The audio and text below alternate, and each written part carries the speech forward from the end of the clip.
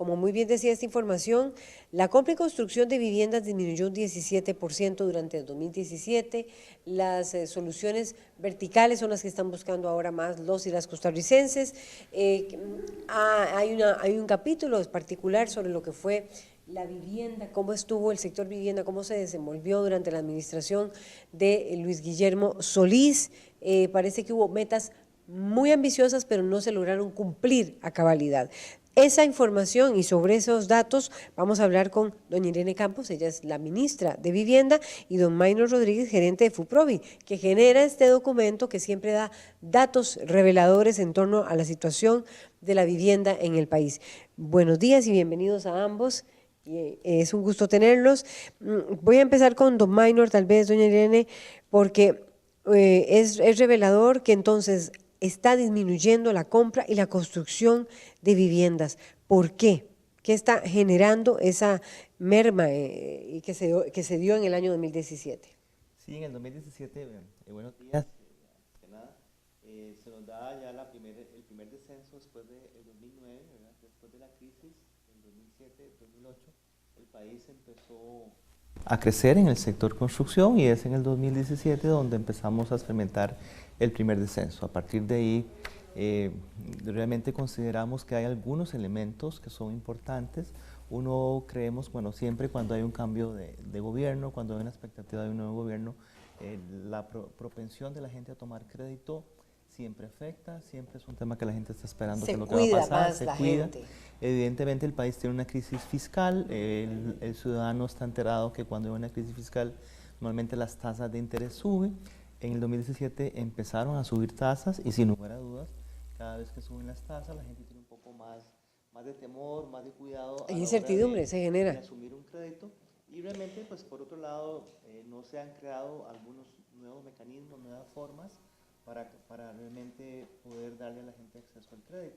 Hay un impacto muy importante y es que se reduce también el crédito en dólares. El crédito en dólares había venido siendo un instrumento muy importante y también por los efectos económicos la gente tiene menos propensión a tomar un crédito en dólares y eso también hace que se disminuya. Se coloca un poco más en colones, pero se coloca muchísimo menos en dólares. Ahí hay un efecto muy importante. También hay otro elemento. El sistema financiero de la vivienda, lo que es la colocación con bonos, es muy importante en el país. Entre el 40 y el 50% de las viviendas que se construyen son construidas con bonos y el año pasado se colocaron 700 bonos menos que el 2016. Entonces también por efecto de los bonos de vivienda hay menos unidades construidas. ¿Cómo ve este panorama Irene Campos, ministra de la Vivienda?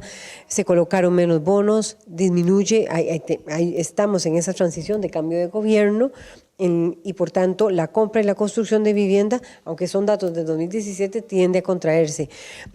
Nada más quería corroborar, don Maynor Rodríguez, ¿eso significa que desde la crisis la compra y construcción de viviendas ha venido disminuyendo o en esta oportunidad disminuyó mucho más? Es la primera vez que desde las crisis disminuye, desde el 2007-2008, que es la crisis, en el 2009 empezamos a subir, la curva es ascendente, cada vez había más construcciones de vivienda desde el 2009 hasta el 2016. Es en el 2017 en donde empezamos a tener el primer descenso a como veníamos creciendo desde esa época.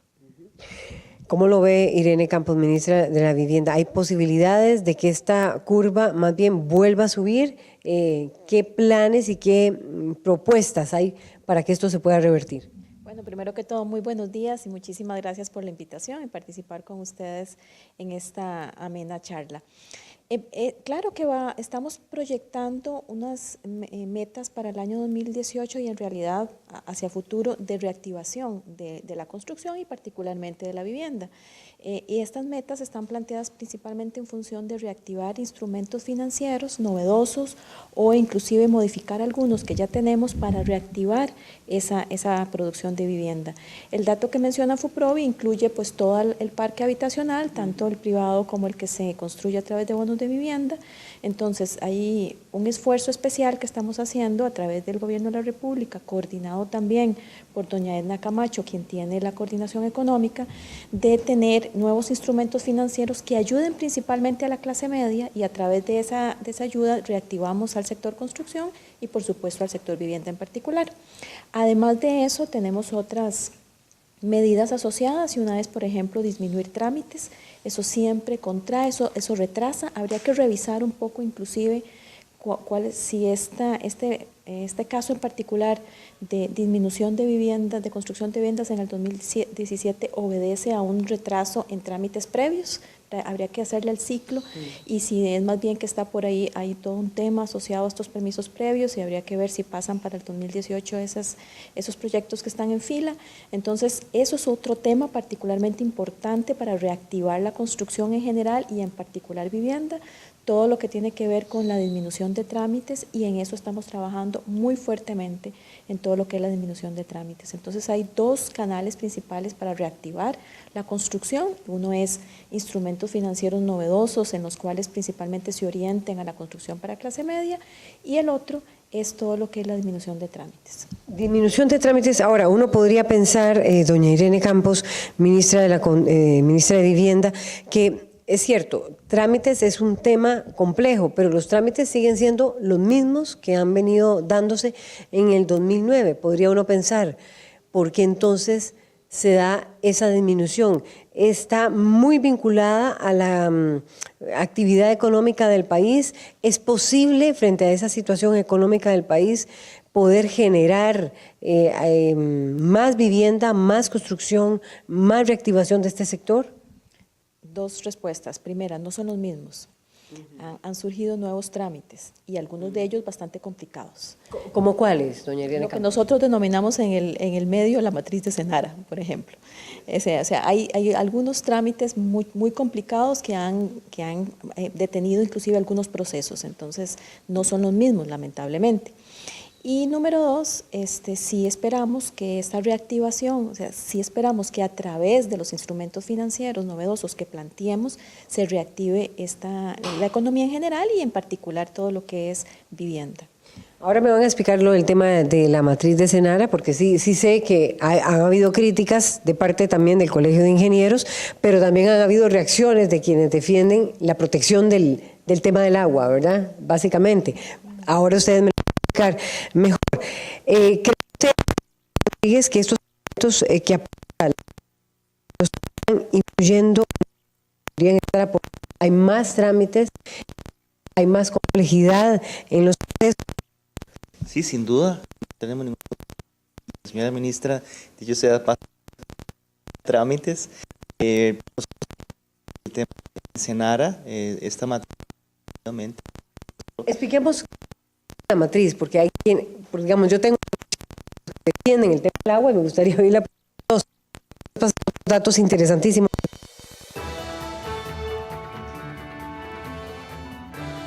Vamos a ir a una pausa comercial mientras restauramos los problemas con audio que tenemos en este momento.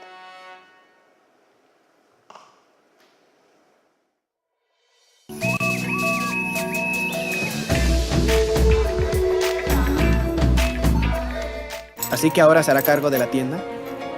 Es lo que estoy haciendo. Entonces tendré que hacer todos los diseños. Mi línea, mis ideas. Quiero decir que supongo que busca comodidad a su edad. ¡Qué grosera! Mañana voy a viajar a Londres para resolver esto. Mr. Selfridge, última temporada. Todos los jueves a las 9:30 de la noche. Y yo quiero saludar a Canal 13 de Costa Rica, que sigan viendo Telesur y La Mano del 10. Que acá no mentimos, ni acá no nos morimos antes de la víspera. Ok. Un beso grande.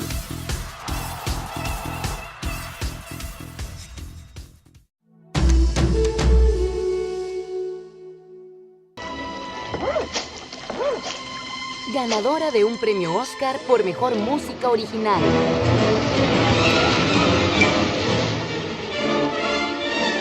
con la gran actuación de Spencer Tracy. Basada en el clásico literario de Ernest Hemingway. El viejo y el mar. Este jueves a las 11 de la noche. Solo en 13. Costa Rica Televisión.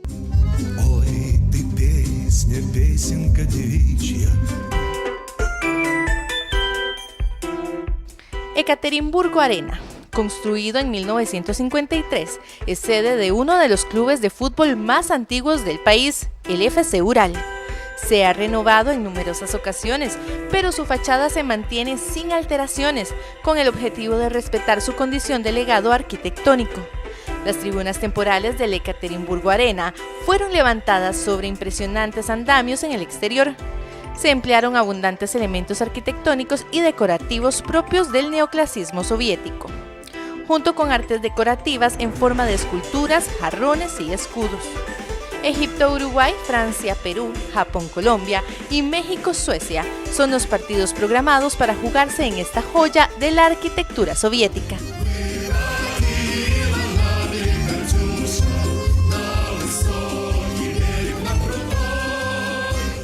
Además de fuerza, pasión y disciplina,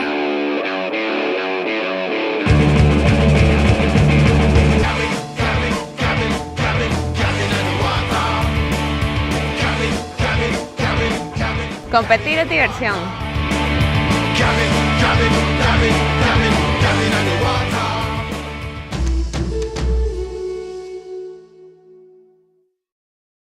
Gabriel, tenemos que irnos ya, cuanto antes, por favor. Una vez nos vayamos de aquí, tu matrimonio estará muy lejos. Que te confieso que ha habido momentos en los que pensaba que te había perdido para siempre. ¿Pero cómo se te ocurre fugarte con una mujer casada? Bueno, pues porque la quiero, madre. Y ella te quiere a ti también, ¿no? ¿Mudáis antes o después del viaje? ¿De qué viaje me hablas? El de Argentina. 6 hermanas, de lunes a viernes a las 6 de la tarde.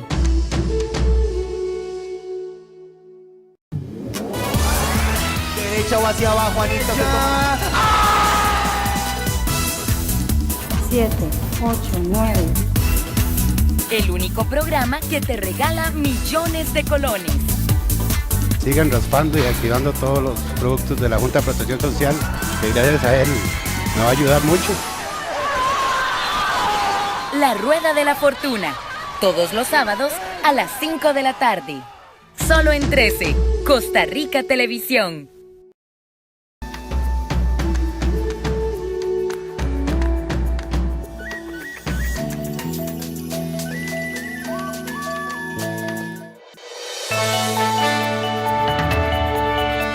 Volvemos con nuestra directora Laura Martínez.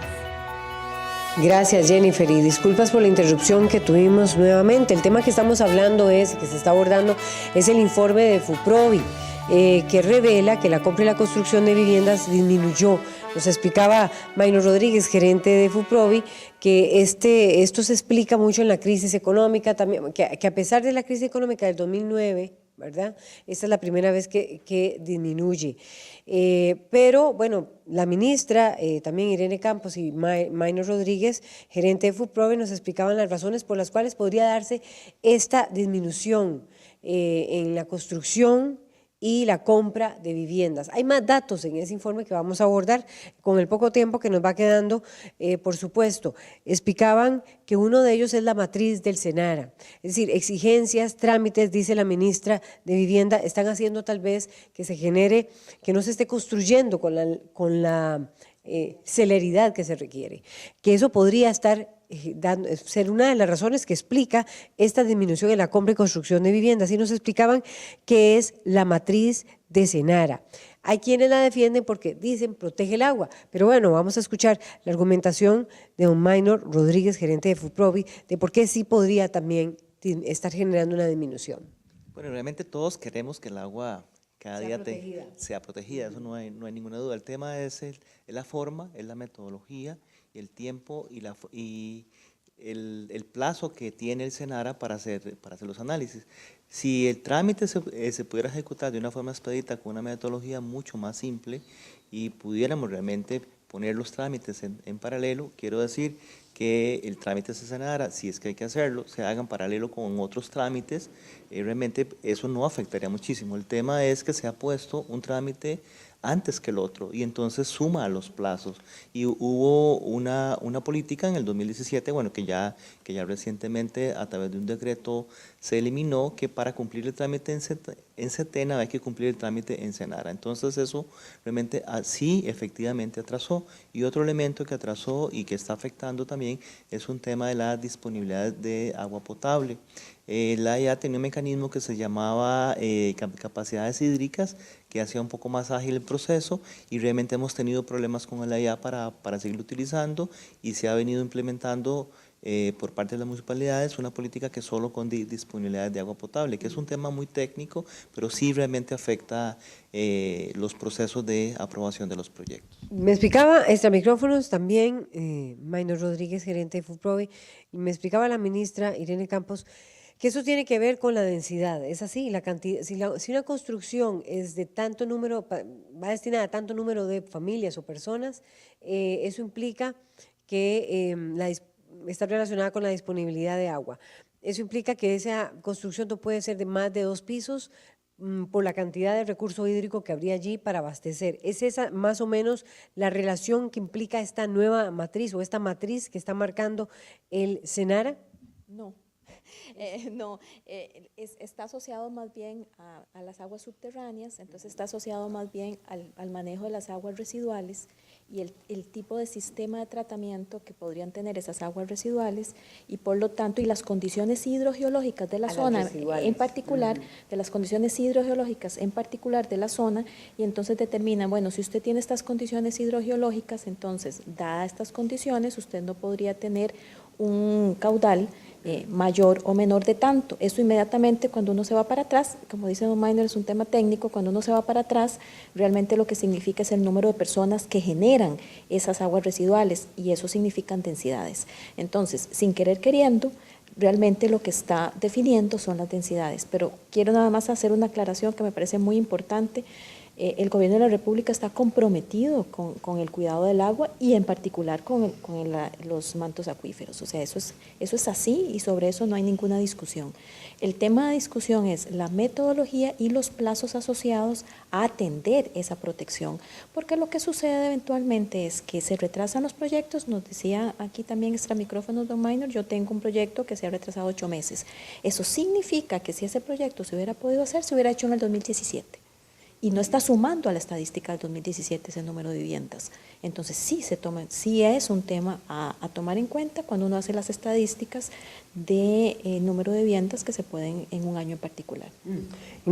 Bueno, muchas gracias más bien por la aclaración, ministra, porque también me parece muy revelador otro dato. El informe habla de que, y es que voy a este segundo punto, ¿será que las expectativas que se hicieron fueron mayores? Dice el informe que las expectativas de la administración Solís Rivera fueron más allá de lo que realmente se pudo construir. ¿Por qué se da esa situación? ¿Cuánto fueron esas expectativas? ¿En cuánto se estimaron? ¿O cuáles fueron? ¿Y qué es lo que da finalmente los resultados, la gestión de esta administración? Bueno, nosotros hicimos una revisión de los objetivos que se plantearon en el Plan de Desarrollo 2015-2018 y específicamente los temas para vivienda. Y sí, hubo una expectativa muy alta, había una meta de colocación de 20,000 bonos de vivienda para ingresos medios, lo que se llama el bono diferido, que realmente era una expectativa poco realista porque en el país se habían colocado menos de 100 bonos diferidos y pasar de 100 a 20,000 realmente era una meta muy complicada. Además, en temas de bonos para reparación de vivienda, que es una gran necesidad que el país tiene, había una meta de colocar 10,000 en la administración.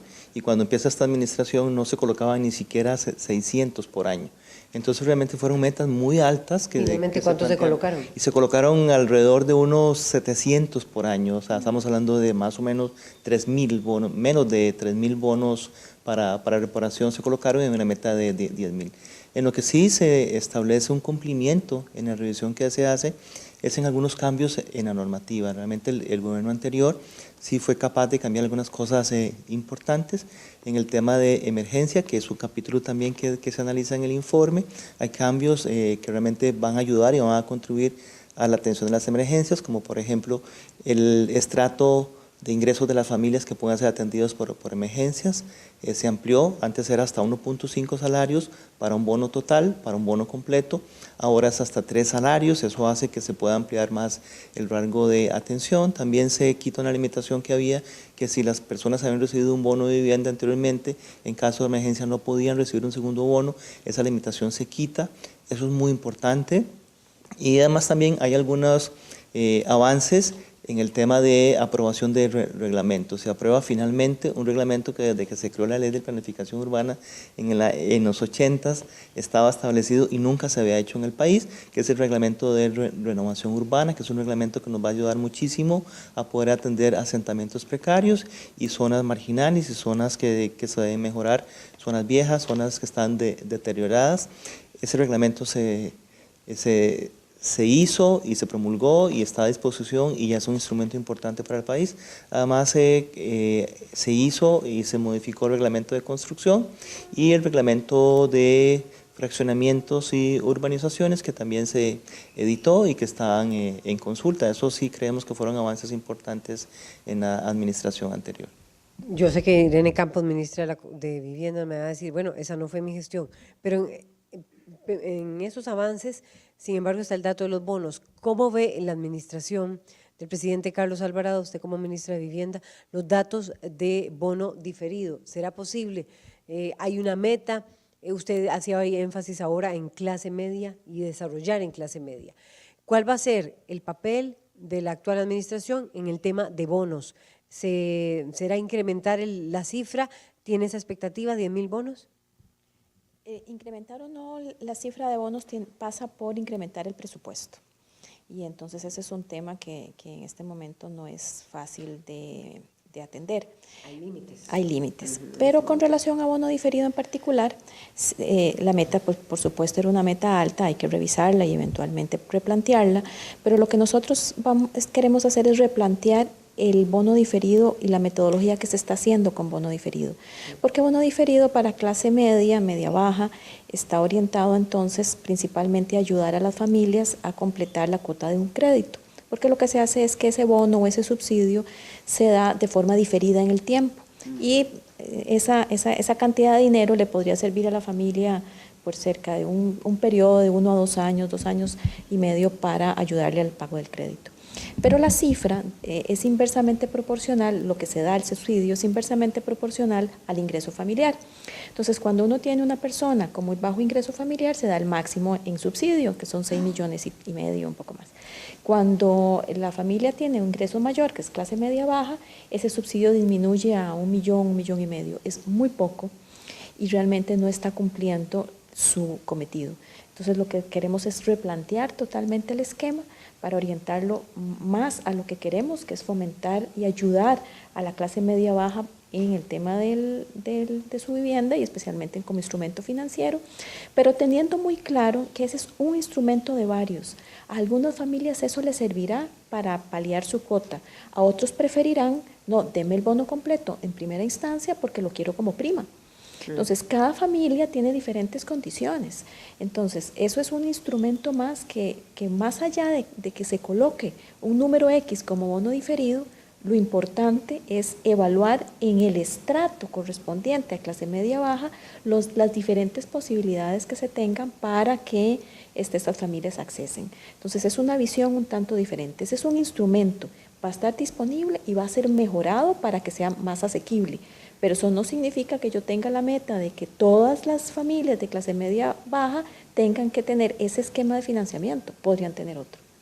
Eso quiere decir, bueno, vamos a ver, ministra, ¿hay alguna meta establecida? Bueno, va a revisar los 10.000, ¿verdad?, de la anterior gestión. ¿Hay alguna meta establecida o en ese caso, usted decía cambiar el instrumento? Estamos hablando entonces de aumentar ese monto de 1,5 millones, de más bien facilitarlo en la primera entrada, como usted decía, como prima, o de agregar otros. ¿Cuáles otros serían? Bueno, ¿Cómo se va a modificar el instrumento? Muy posiblemente se aumente esa cantidad. El monto de $1,500,000 con una, para clase media baja. Sí, con una pendiente, ¿verdad? Eso es un tema técnico, con una pendiente diferente a la que actualmente tiene en ese sistema inversamente proporcional al salario. Entonces eso se va a revisar.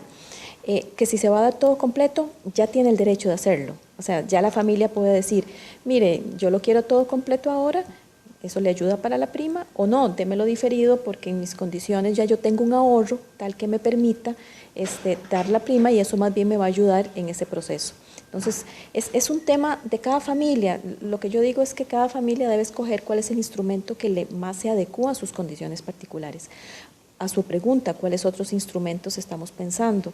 Estamos pensando en el leasing habitacional, que es un esquema particularmente en este momento está enfocado a que me ayude, se hace un proceso de renta hasta que se pague más o menos la prima. A partir de ahí la familia puede pasar a crédito, ¿verdad? Esa es una opción. Hay otra opción más ambiciosa, que es una opción casi que es una alianza público-privada, en donde hay una inversión privada para la construcción de la vivienda y lo que hay es un proceso de operación y mantenimiento de esa edificación durante un periodo de 15 a 20 años. Las familias pagan la renta, que es como el peaje, ¿verdad?, en una carretera. Entonces, posteriormente, al finalizar el periodo, esas familias se les titula, ¿verdad?, sus viviendas, ellas van pagando a lo largo de 15, 20 años. Esa es otra opción que estamos explorando, que es una opción diferente a la que habíamos diseñado y que, por cierto, dicho sea de paso, con la ayuda de la Cámara Costarricense de la Construcción, ellos nos habían ayudado a diseñar ese esquema que le planteo de leasing hasta la prima. Esta otra opción es una opción que están trabajando en el Ecuador y me pareció sumamente interesante, entonces ya la estamos evaluando. Esa es otra opción, el leasing habitacional. Estamos también evaluando otra tercera opción que requiere una ley especial, que es a través de un esquema que se llama cooperativas. Es muy utilizado en el Uruguay, es muy utilizado en Suecia y es un esquema muy interesante porque realmente las viviendas no se titulan a las familias, eso pertenece a una cooperativa, es una visión muy diferente, ¿verdad? Y el costarricense posiblemente no lo tenga necesariamente en su haber, pero ya llegaron al ministerio familias, grupos interesados en este esquema en particular y entonces estamos evaluando con ellos ya tienen una propuesta interesante de proyecto de ley. Ya es un tema que ha sido estudiado en otros países y esa es otra opción, porque en la opción de cooperativas el subsidio es cruzado. El subsidio se da más bien a las familias a través de trabajo y con esa herramienta las familias son capaces de tener el crédito, de sustentar. Es un esquema muy diferente, pero la vivienda se le da un usufructo a la familia por un periodo de 99 años, ¿verdad? Se le da un usufructo, pero no se titula. Entonces es, digamos, otro esquema que estamos evaluando. Y por supuesto también el tema de las tasas de interés y cómo manejar las tasas para los créditos de vivienda. Estos esquemas, ¿cómo los ve don Maynor Rodríguez en el sentido? ¿Podrían generar cambios en las cifras que tengamos para 2018? ¿Cómo lo analiza de primera entrada FUPROVI? Porque todavía no se ha hecho esa investigación. Nosotros estamos totalmente de acuerdo que ha cambiado el modelo de vivienda y el modelo de propiedad. Yo creo que el país antes, casi que como niños, nos inculcaban que lo más importante era tener una casa, que será la inversión más importante. El país ha venido creciendo en cuanto a renta, del 18% de hace unos 3 años hemos pasado al 21%. El mercado de renta es un mercado muy importante. La señora ministra el otro día también conversaba sobre el tema del mercado secundario, el mercado de venta de vivienda usada, que es muy importante. Entonces sí creemos que es necesario implementar el mecanismo del leasing, que hay que crear una ley especial porque nosotros consideramos que con la ley de inquilinato, que es la forma en que hay que aplicar un leasing en el actual momento, realmente es muy difícil que los inversionistas entren a un esquema de eso. Hay que crear un mecanismo específico para que en caso de que el arrendatario no pague, el mecanismo para realmente recuperar esa inversión sea mucho más eficiente, mucho más rápido. Sin eso realmente no vamos a tener la promoción del leasing en el país. Estamos de acuerdo con el tema de las cooperativas de vivienda, hay muchas experiencias, el modelo europeo, hay muchos modelos, en Centroamérica también ya se han iniciado, y también nosotros consideramos que hay un cambio que puede hacerse, que puede contribuir muchísimo, y es la ley de superficie, que es que en Costa Rica no se aplica, se aplica en Europa, se aplica en Sudamérica, y es el derecho a tener un piso, al tener un nivel en donde realmente existen dos mecanismos, donde hay un mecanismo del dueño de la propiedad y hay un mecanismo del dueño de cada superficie. Nosotros habíamos hecho una propuesta de ley para eso, pero no había prosperado hace unos años, pero creemos que la ley de superficie, en donde cada uno tenga un folio real por cada nivel en una construcción, realmente eso puede ayudar muchísimo a que podamos tener más viviendas verticales, aprovechar mejor el espacio y tengamos más opciones. Hay otra parte del informe, don Maynor Rodríguez, que revela que no se ha resuelto todavía en torno precisamente a vivienda la situación que se dio tanto en la tormenta Nate como en el huracán Otto. ¿Cuáles fueron las valoraciones que allí se dieron? Bueno, lo que nosotros hacemos en el informe realmente es cuantificar cuántas viviendas fueron afectadas desde el terremoto de Nicoya, pasando por Thomas, por la tormenta Nate y por el huracán Otto, y realmente hay una estimación de 10.500 unidades que realmente fueron afectadas por estos fenómenos, que esto representa más o menos la cantidad de bonos que se colocan en un año, realmente es una cifra muy importante. Y bueno, lo que es claro es que el país ha perdido la capacidad para poder atender las emergencias. Y digo el país porque pues, a todos nos toca. Realmente la Comisión de Emergencias tiene algunas limitaciones en cuanto a poder aplicar esos recursos. Los recursos se pasan al Banco Hipotecario de la Vivienda, hay restricciones, hay requisitos distintos en una organización y la otra, y realmente ese es un mecanismo que no ha funcionado, el pasar los recursos de emergencias al Banco Hipotecario por todas las complejidades y la tramitología que esto lleva. Hay un papel muy tímido de los municipios no se han involucrado, los municipios no han tomado ese papel protagónico que deben tomar, se le ha dejado mucho al gobierno central el tema de la atención de emergencias y creemos que es fundamental que el municipio como el gobierno más cercano, como el gobierno más interesado, debe involucrarse en esto y hay que crear otros mecanismos, hay que cambiar la ley de emergencia, no puede ser posible que cuando se canalizan recursos privados, estos recursos pasan a un fondo de emergencia y se convierten en públicos.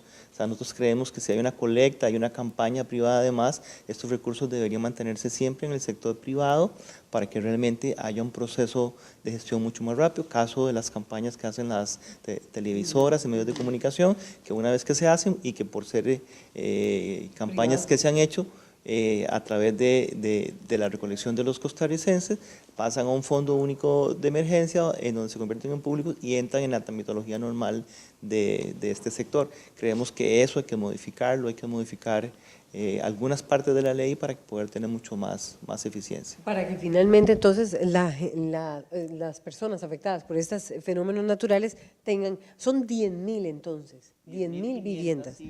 Y se le suman también en el análisis 11.500 viviendas que han sido afectadas por incendios. En realidad en el informe lo que se muestra son 12.000 viviendas afectadas, en tanto por las emergencias como por incendios. 10.500 más alrededor de unas 1.500 por este otro fenómeno. ¿Se podría acelerar de alguna manera el proceso, ministra de Vivienda Irene Campos, para estas familias que fueron afectadas por tormenta Nate y por huracán Otto? ¿Cómo lo ve desde el Ministerio de Vivienda?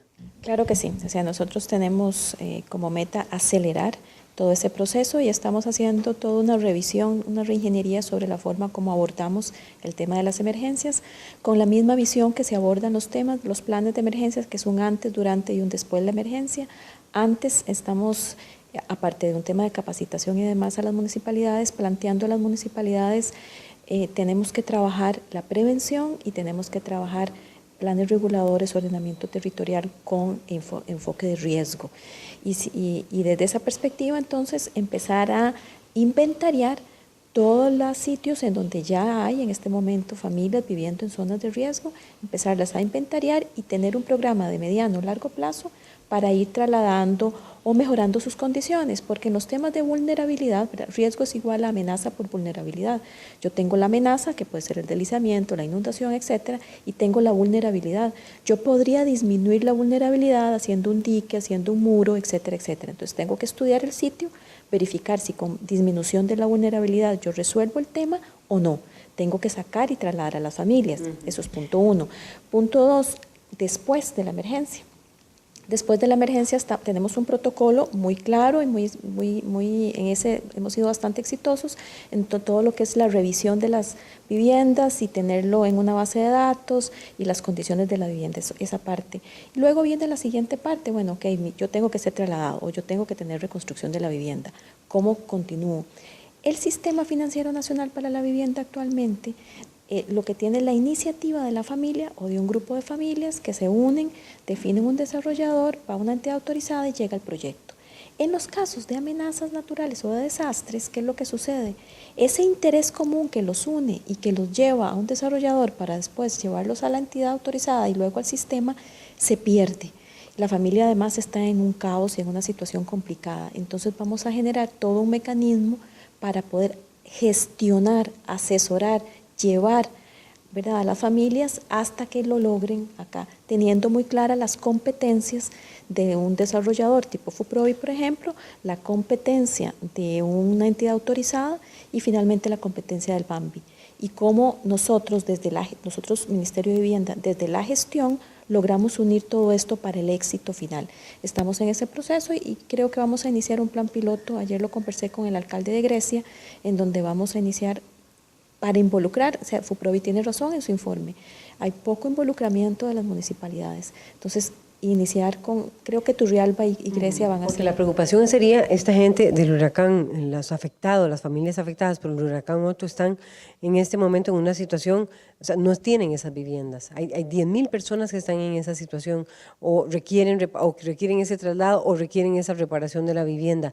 ¿Se podría acelerar eso de alguna manera? ¿Cree usted, ministra, lo ve posible?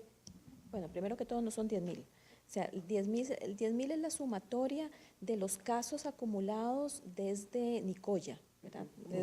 Desde Tormenta Thomas, entonces esos son los casos acumulados. De esos 10.000 casos ya hay resueltos N cantidad, que en este momento no le tengo el dato, pero hay muchos resueltos. Ahora su pregunta específica, Otto y Neite.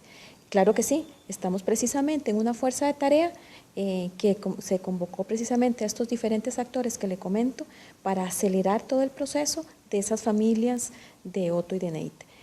Tenemos esa fuerza de tarea planteada desde el Ministerio y tenemos todo el esfuerzo para que acelerar lo máximo posible y darle a esas familias lo más pronto posible su vivienda. Muchísimas gracias, ministra de Vivienda, Irene Campos, igual también Omaino Rodríguez, gerente de FUPROVI, por ponernos en perspectiva lo que es el informe de FUPROVI y los distintos datos que revelan muy interesantes. Tenemos que regresar al estudio principal con más información. Muchas gracias, doña Laura, y continuamos con más. 272 moteles le adeudan casi 3.000 millones de colones